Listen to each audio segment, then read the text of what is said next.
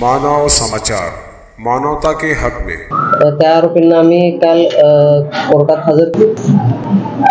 परवा आमच्याकडे गावठी कट्ट्याची कारवाई झालेली आहे। त्यामध्ये 9 कट्टे, 20 राऊंड, 2 एक्स्ट्रा मॅगझिन, 4 मोबाईल आणि 2 बाईक सापडलेले आहेत। 4 आरोपी सापडलेले आहेत आणि त्यामध्ये गुन्हा दाखल करून पुढील तपास मी करीत आहे। आणि काल कोर्टामध्ये आरोपींना हजर केलं होतं, तर कोर्टाने पुढील 4 दिवसाची पोलीस कस्टडी रिमांड दिलेली आहे।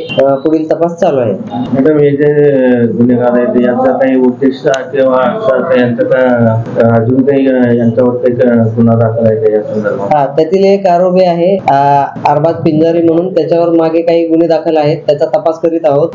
एक आरोपी पंजाबचा आहे, 2 आरोपी मध्य प्रदेशचे उमरठीचे आहेत आणि एकूण 4 लाखापेक्षा जास्त मुद्देमाल आम्ही हस्तगत केलेला आहे।